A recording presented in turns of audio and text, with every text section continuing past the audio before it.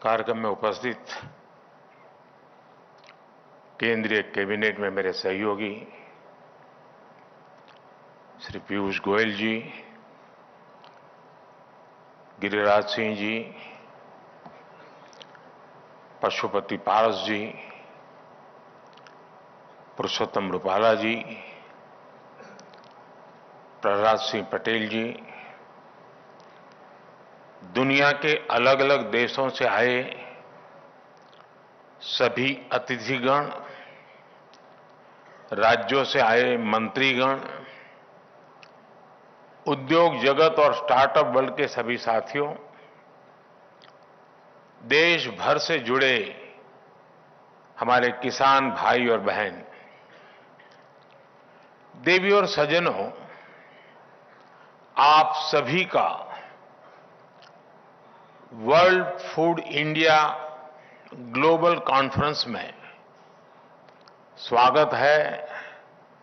आप सबका अभिनंदन है।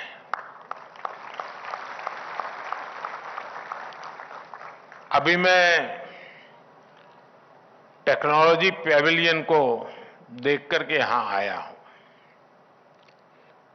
जिस तरह यहां टेक्नोलॉजी पैविलियन, स्टार्टअप पैविलियन और फूड स्ट्रीट जैसी व्यवस्थाएं की गई हैं, वो अद्भुत है।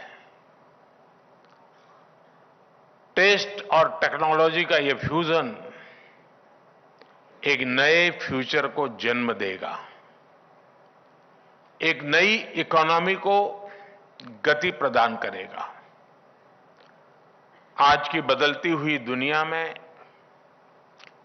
21वीं सदी की सबसे प्रमुख चुनौतियों में से एक फूड सिक्योरिटी भी है। इसलिए वर्ल्ड फूड इंडिया का यह आयोजन और भी अहम हो गया है।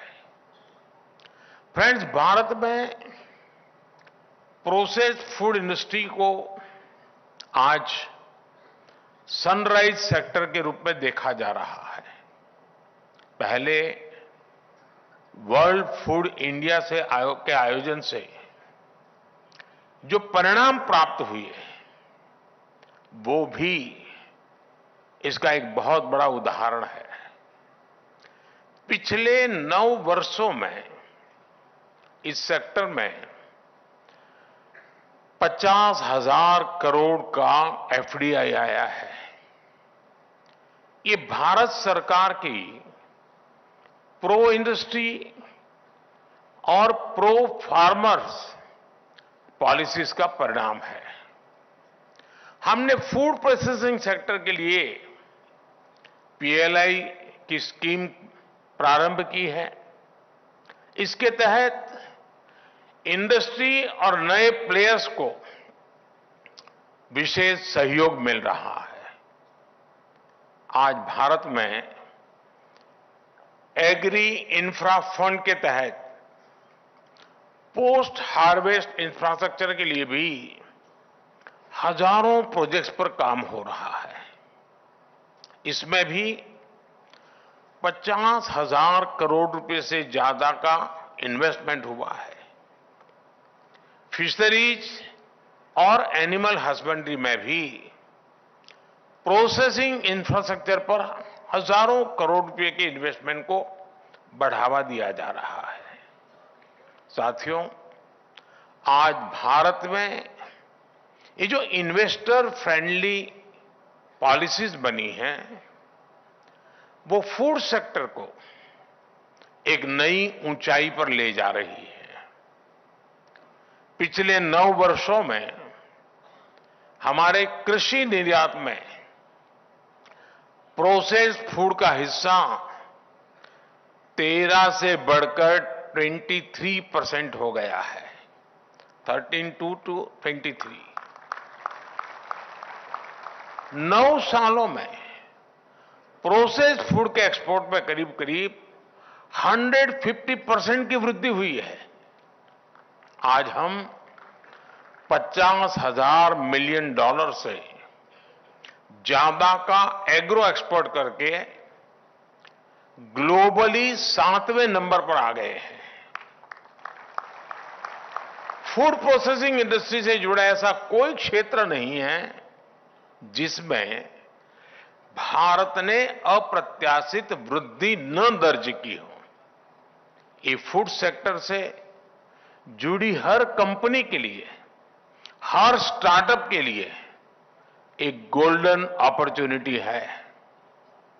फ्रेंड्स, ये ग्रोथ अपने आप में स्पीडी और रैपिड जरूर लग रही है।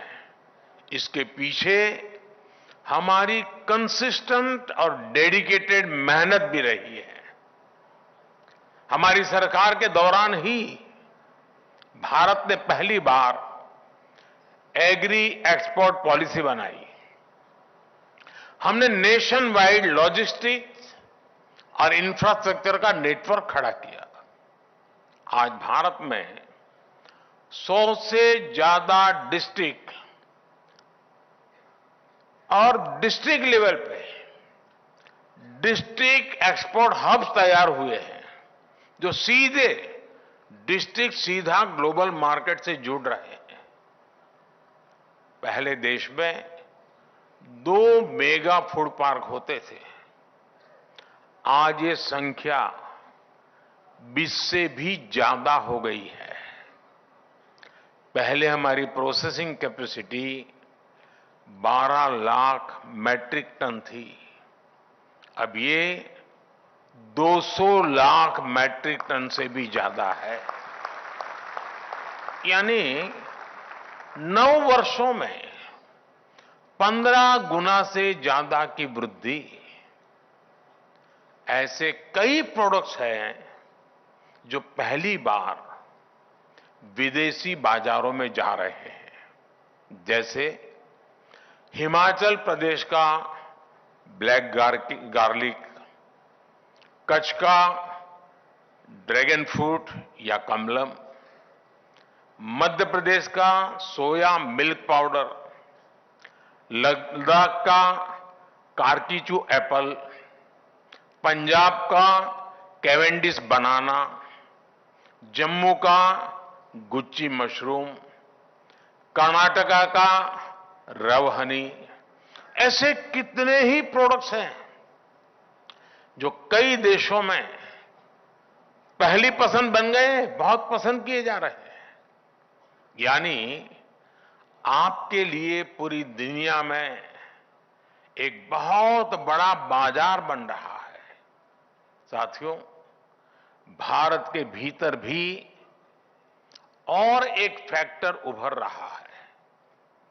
मैं इस बारे में भी आपका ध्यान आकर्षित करना चाहता हूं। आज भारत में तेजी से अर्बनाइजेशन बढ़ रहा है। बढ़ते अवसरों के साथ घर के बाहर काम करने वाले लोगों की संख्या भी बढ़ रही है। इसके कारण पैकेज फूड की मांग बढ़ी है, काफी बढ़ रही है। इससे हमारे किसानों के लिए, हमारे स्टार्टअप्स और स्मॉल एंटरप्रेन्योर्स के लिए अनएक्सप्लोर्ड अपॉर्चुनिटीज क्रिएट हो रही है। इन पॉसिबिलिटीज के लिए, इन एम्बिशियस पॉलिसीज के लिए आपके प्लान भी उतने ही एम्बिशियस होने चाहिए। साथियों, फूड प्रोसेसिंग सेक्टर में भारत की ग्रोथ स्टोरी के 3 सबसे प्रमुख आधार है। छोटे किसान, छोटे उद्योग और महिलाएं। छोटे किसानों की भागीदारी और उनका लाभ बढ़ाने के लिए हमने फार्मर प्रोड्यूस ऑर्गेनाइजेशंस एफपीओज को प्रभावी प्लेटफॉर्म के रूप में इस्तेमाल किया। भारत में हम 10,000 नए एफपीओज बनवा रहे हैं, जिनमें से 7,000 बन भी चुके हैं। इससे किसानों के लिए मार्केट तक पहुंच और प्रोसेसिंग सुविधाओं की उपलब्धता बढ़ रही है। स्मॉल स्केल इंडस्ट्रीज की भागीदारी बढ़ाने के लिए फूड प्रोसेसिंग में करीब 2 लाख माइक्रो एंटरप्राइज को संगठित किया जा रहा है। One district one product ODOP जैसी योजनाओं से भी छोटे किसानों और लघु उद्योगों को नई पहचान मिली है। साथियों, आज भारत दुनिया को विमेन लेड डेवलपमेंट का मार्ग दिखा रहा है। भारत की इकोनॉमी में महिलाओं की भागीदारी लगातार बढ़ रही है। इसका भी फायदा फूड प्रोसेसिंग इंडस्ट्री को हो रहा है। आज भारत में 9 करोड़ से ज्यादा महिलाएं सेल्फ हेल्प ग्रुप से जुड़ी हैं। आप सब जानते हैं, भारत में हजारों वर्षों से फूड साइंस की लीडिंग साइंटिस्ट महिलाएं ही रही है। हम जो फूड वैरायटी देखते हैं, जो फूड डाइवर्सिटी देखते हैं, ये भारतीय महिलाओं की स्किल और नॉलेज का नतीजा है। अचार, पापड़, चीज, मुरब्बा जैसे कितने ही प्रोडक्ट्स के मार्केट को महिलाएं अपने घरों से चलाती रही है।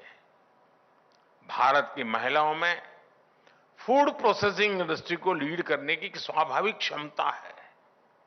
इसके लिए हर स्तर पर महिलाओं को कुटीर उद्योगों और सेल्फ हेल्प ग्रुप्स को प्रमोट किया जा रहा है। आज इस कार्यक्रम में भी 1 लाख से ज्यादा महिलाओं को, जो विमेन सेल्फ हेल्प ग्रुप चलाती हैं, 1 लाख से ज्यादा महिलाओं को करोड़ों रुपयों की सीड कैपिटल दी गई और मैंने टेक्नोलॉजी के लिए अभी यहां से उसको ऑलरेडी उनके खाते में जमा कर दिया। मैं इन महिलाओं को विशेष बधाई देता हूं, अपनी शुभकामनाएं देता हूं। फ्रेंड्स, भारत में जितनी सांस्कृतिक विविधता है, उतनी ही खाद्य विविधता, फूड डाइवर्सिटी भी है। हमारी ये फूड डाइवर्सिटी दुनिया के हर इन्वेस्टर के लिए एक डिविडेंड है। आज जिस तरह पूरी दुनिया में भारत के प्रति जिज्ञासा बढ़ी है, वो भी आप सभी के लिए बहुत बड़ी अपॉर्चुनिटी लेकर आया है। पूरी दुनिया की फूड इंडस्ट्री के पास भारत की खाद्य परंपराओं से भी सीखने के लिए बहुत कुछ है। हमारे यहां सदियों से एक बात, यानी जीवन का हिस्सा है, हर परिवार की सोच का हिस्सा है। हमारे यहां कहा जाता है, यथा अन्नम तथा मन्नम, अर्थात हम जैसा खाना खाते हैं वैसा ही हमारा मन भी बनता है। यानी फूड न केवल हमारी फिजिकल हेल्थ में बहुत बड़ा फैक्टर होता है, बल्कि हमारी मेंटल हेल्थ में भी बहुत बड़ा रोल निभाता है। भारत का सस्टेनेबल फूड कल्चर हजारों वर्षों की विकास यात्रा का परिणाम है। हमारे पूर्वजों ने फूड हैबिट्स को आयुर्वेद से जोड़ा। आयुर्वेद में कहा जाता है, ऋतु भुक अर्थात सीजन के हिसाब से खान पान, मित भूख अर्थात बैलेंस डाइट, और हित भूख अर्थात हेल्दी फूड्स। ये भारत की वैज्ञानिक समझ का अहम हिस्सा है। सदियों से भारत से होने वाले खाद्यान्न और खासकर मसालों के व्यापार के जरिए भारत के इस ज्ञान का लाभ पूरे विश्व को मिलेगा। आज जब हम ग्लोबल फूड सिक्योरिटी की बात करते हैं, जब ग्लोबल हेल्थ को लेकर इतने कंसर्न्स एक्सप्रेस किए जाते हैं, तो ये जरूरी हो गया है कि हमारी फूड प्रोसेसिंग इंडस्ट्री सस्टेनेबल और हेल्दी फूड हैबिट के इस एंशियंट नॉलेज को भी जाने, समझे और उसे अडॉप्ट करे। मैं आपको उदाहरण देता हूं मिलेट्स का। इस साल दुनिया इंटरनेशनल मिलेट्स ईयर मना रही है। हम सब जानते हैं कि मिलेट्स हमारी सुपर फूड बकेट का हिस्सा है। भारत में हमने इसे श्री अन्न की पहचान दी है। सदियों से अधिकांश सिविलाइजेशन में मिलेट्स यानी श्री अन्न को बहुत प्राथमिकता दी जाती थी। लेकिन ये बीते कुछ दशकों में भारत समेत अनेक देशों से मिलेट्स फूड हैबिट से बाहर होते चले गए। इसका बहुत बड़ा नुकसान ग्लोबल हेल्थ को भी हुआ, सस्टेनेबल फार्मिंग को भी हुआ और सस्टेनेबल इकोनॉमी को भी हुआ। भारत की पहल पर आज दुनिया में एक बार फिर मिलेट्स को लेकर जागरूकता अभियान शुरू हुआ है। मुझे विश्वास है, जैसे इंटरनेशनल योग दिवस ने योग को दुनिया के कोने कोने तक पहुंचाया, वैसे ही अब मिलेट्स भी दुनिया के कोने कोने तक पहुंचेंगे। अभी जब भारत ने G20 समिट में दुनिया के बड़े बड़े लीडर्स को होस्ट किया और इसी स्थान पे हुआ था, तो उन्हें भी मिलेट से बनी डिशेस खूब पसंद आई। आज भारत में कई बड़ी बड़ी कंपनियां मिलेट से बने प्रोसेस्ड फूड आइटम मार्केट में लॉन्च कर रही है। इस दिशा में कैसे ज्यादा से ज्यादा अवसर बने, कैसे श्री अन्न की फूड मार्केट में हिस्सेदारी बढ़े, आप सब इस पर चर्चा करें। इसका एक कलेक्टिव रोड मैप तैयार करें, जिसका लाभ इंडस्ट्री और किसान दोनों को हो। फ्रेंड्स, इस कॉन्फ्रेंस में आपके सामने कई फ्यूचरिस्टिक सब्जेक्ट्स के लिए चर्चा होने वाली है। इंडस्ट्री और बड़े वैश्विक हित दोनों विषय पर आप चर्चा करें, उस दिशा में कदम उठाएं। जैसे कि G20 ग्रुप ने दिल्ली डिक्लेरेशन में सस्टेनेबल एग्रीकल्चर, फूड सिक्योरिटी और न्यूट्रिशन सिक्योरिटी पर जोर दिया है। इस विषय में फूड प्रोसेसिंग से जुड़े सभी पार्टनर्स की बहुत बड़ी भूमिका है। हमें इसके लिए खुद को तैयार करना होगा। हम देश में 10 करोड़ से ज्यादा बच्चों को, गर्ल्स और प्रेग्नेंट वीमेन को पोषक आहार उपलब्ध कराते हैं। अब समय है कि हम खाद्य वितरण कार्यक्रम को डाइवर्सिफाइड फूड बास्केट की दिशा में ले जाएं। इसी तरह हमें पोस्ट हार्वेस्ट लॉसेस को और कम करना होगा। पैकेजिंग में और बेहतर टेक्नोलॉजी लाने के लिए काम करना होगा।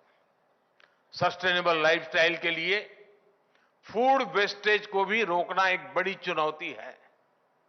हमारे प्रोडक्ट्स ऐसे होने चाहिए जिनसे वेस्टेज रुके। टेक्नोलॉजी भी इसमें एक अहम रोल अदा कर सकती है। हमें पेरिसेबल प्रोडक्ट्स की प्रोसेसिंग ज्यादा से ज्यादा बढ़ानी होगी। इससे वेस्टेज भी कम होगा, किसानों को भी फायदा होगा और प्राइस फ्लक्चुएशन को रोकने में भी मदद मिलेगी। हमें किसानों के हितों और कंज्यूमर सेटिस्फैक्शन के बीच भी संतुलन बनाना होगा। मुझे विश्वास है, इस आयोजन में ऐसे सभी विषयों पर विस्तार से विमर्श होगा। यहां जो निष्कर्ष निकलेंगे, उनसे विश्व के लिए एक सस्टेनेबल और फूड सिक्योर भविष्य की नींव पड़ेगी। आप सभी को एक बार फिर मेरी अनेक अनेक शुभकामनाएं हैं। और मैं जो लोग दिल्ली है, दिल्ली के आसपास यहाँ जो इन विषयों में रुचि रखते हैं, चाहे एग्रीकल्चर यूनिवर्सिटी के स्टूडेंट्स हो, स्टार्टअप की दुनिया के लोग हो, किसान संगठन चलाने वाले लोग हो, मैं उनसे आग्रह करूंगा कभी 3 दिन ये फेस्टिवल यहां चलने वाला है, आप जरूर आइए, 2-4 घंटे लगाइए, देखिए दुनिया कितनी तेजी से बदल रही है। हमारे खेत की हर चीज का कितने प्रकार से उपयोग हम कर सकते हैं, हम कैसे वैल्यू एडिशन करके हमारी इनकम बढ़ा सकते हैं। बहुत सारी चीजें आज यहां मौजूद है। मेरे पास जितना समय था, लेकिन उसमें जितना भी मुझे देखने का अवसर मिला, वो वाकई प्रभावित करने वाला है। और इसलिए मैं यहां है जो उनको तो आग्रह करूंगा कि एक एक स्टॉल पर जाकर के उन चीजों को देखें, उसको आगे बढ़ाने में, उसमें भी वैल्यू एडिशन का काम आप कर सकते हैं। लेकिन मैं देश के लोगों को भी कहूंगा कि जिसके पास भी दिल्ली पहुंचने की भी संभावना हो, वो 3 दिन का ये फायदा उठाए और इतने बड़े भव्य आयोजन का लाभ वे भी लें। इसी अपेक्षा के साथ आप सबको अनेक अनेक शुभकामनाएं। बहुत बहुत धन्यवाद।